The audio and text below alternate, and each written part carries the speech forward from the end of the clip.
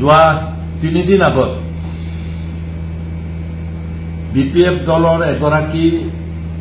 block পৰ্যায়ৰ নেত্ৰী দৈমাৰী ডাঙৰীয়ানী আমাৰ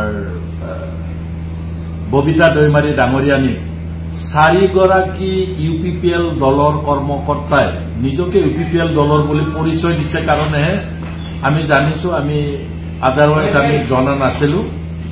যে যেহেতু বিপিএফ দলৰ কৰ্মীগৰাকী বিভিন্ন সময়ত বিপিএফ দলৰ সমৰ্থনত সভা সমিতি বক্তৃতা আনকি সোশ্যাল মিডিয়াটো এক্টিভ আছিল ববিতা দৈমাৰী ডাঙৰীয়া ইউপিপিএলৰ ঘৰলৈ গৈ থকা অৱস্থাত ইউপিপিএলৰ 4 গৰাকী পুৰুষে টানাজোৰা কৰিছে আমিতো সন্দেহ কৰিছো দিন দুপৰতে তেওঁলোকে টানি লৈ গৈ হয়তো অপকৰ্ম কৰিবলৈও তেওঁলোকে চেষ্টা কৰিছিল ববিতা দৈমাৰী ডাঙৰীয়ানীয়ে পুলিচ কেছ দিছে পানেৰী থানাত তাৰ পিছতো আজিলৈকে পুলিচে কোনো ব্যৱস্থা গ্ৰহণ কৰা নাই মই নিজেই সেই একেদিনাই পানেৰী থানাৰ ওচিক মই টেলিফোন কৰিছিলো আৰু তেওঁৰ কোনো ইণ্টাৰেষ্ট মই দেখা নাছিলো তাৰ ইনচাৰ্জ গৰাকীৰ আৰু তেওঁৰ ইণ্টাৰেষ্ট দেখা নোপোৱাত ওদালগুৰিৰ এসপি ডাঙৰীয়াক টেলিফোন কৰিছো এসপি ডাঙৰীয়া খুব ভাল ৰেছপন্ড কৰিছে আৰু তেওঁ নিজে ইনিচিয়েটিভ লম বুলি কৈছে যেহেতু এখন থানাৰ অধীনত কাৰোবাক গ্ৰেপ্তাৰ কৰিব লাগিলে সেই থানাৰ ইনচাৰ্জ যিগৰাকী আইচি বুলি কওঁ তেওঁলোকৰ গুৰু দায়িত্ব থাকে আৰু মই পানেৰী থানাৰ যিগৰাকী ইনচাৰ্জ তেওঁ পক্ষপাতিত্ব কৰা বুলি মই মানে সম্পূৰ্ণভাৱে মই বিশ্বাসত গৈছো গতিকে সবিতা দৈমাৰী ডাঙৰীয়ানীক যি অপকৰ্ম কৰাৰ কাৰণে বা সবিতা বসুমতাৰী ডাঙৰীয়াক অপকৰ্ম কৰাৰ কাৰণে বা মাৰপিট কৰাৰ কাৰণে যি উদ্দেশ্য নাথাকক ইউপিপিএলৰ 4 গৰাকী কৰ্মীকে গ্ৰেপ্তাৰ কৰিব লাগে আৰু গ্ৰেপ্তাৰ কৰি তেওঁলোকে যিকেইটা ধাৰাত পৰে ল'ব লাগে আৰু পানেৰী সমষ্টিৰ যিগৰাকী ইনচাৰ্জ আছে পানেৰী থানাৰ যিগৰাকী ইনচাৰ্জ সেইটো টংলা সমষ্টিৰ অন্তৰ্গত মই লোকেল বিধায়ক আজিৰ দিনটোত টংলা সমষ্টিৰ বিধায়ক হিচাপে বহু কাম কাজ মুকেই কৰিবলৈ যেহেতু চৰকাৰৰ নীতি নিয়ম মতে মোক কৰিবলৈ দিছে মই স্থানীয় বিধায়কগৰাকী কোৱাৰ পিছতো তেওঁ কিন্তু এতিয়ালৈকে ব্যৱস্থা গ্ৰহণ কৰা নাই মই বিচাৰিম তেওঁ যদি অনতি পলমে ব্যৱস্থা নলয় সেই বিষয়াগৰাকীক অনতি পলমে তেওঁ ক্লোজ কৰিব লাগে আৰু তেওঁৰ ওপৰত ব্যৱস্থা ল'ব লাগে ডিসি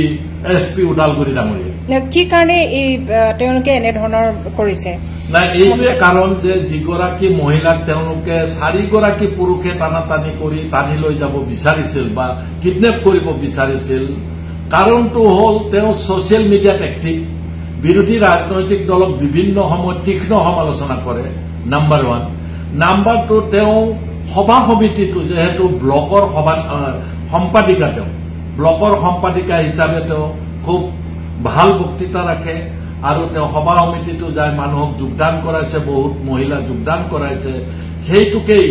যেহেতু বিৰোধী আমাৰ বিৰোধী হিচাপে তাত ইউপিপিএল দল আছে বা বিজেপি আছে কিন্তু বিজেপিয়ে তেনেকে কৰা নাই ইউপিপিএল দলে আজি তেনেকুৱা কৰাটো অতি দৃষ্টিকটু হৈছে আৰু প্ৰমোদ বড়ো ডাঙৰীয়াই আচলতে সেই কেইগৰাকী কৰ্মীক তেওঁ বিচাৰিব লাগে গ্ৰেপ্তাৰ হওক কৰ্মী হোৱাৰ কাৰণে তেওঁ ভীতিগ্ৰস্ত হৈছে নেকি তেওঁলোক ভীতিগ্ৰস্তটোৱে স্বাভাৱিক প্ৰমোদ বড়োৰ দলীয় কৰ্মীবিলাক এই সময়ত সংগীবিহীন হৈছে আচলতে মই বহুত আগৰ পৰা কৈ আহিছো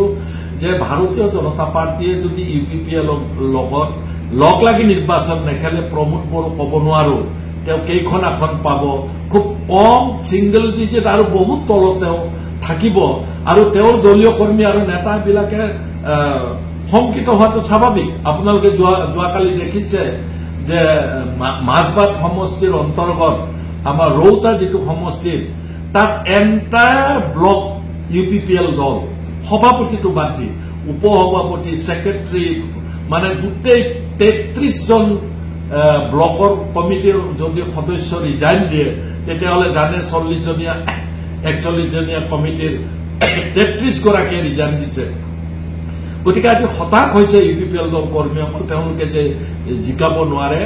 তেওঁলোকৰ প্ৰাৰ্থীসকলক তেওঁলোক এতিয়া তেওঁলোক বিশ্বাস হৈছে যাৰ কাৰণে তেওঁলোকে এনেকে বেয়া কাম কৰিবলৈ আৰম্ভ কৰিছে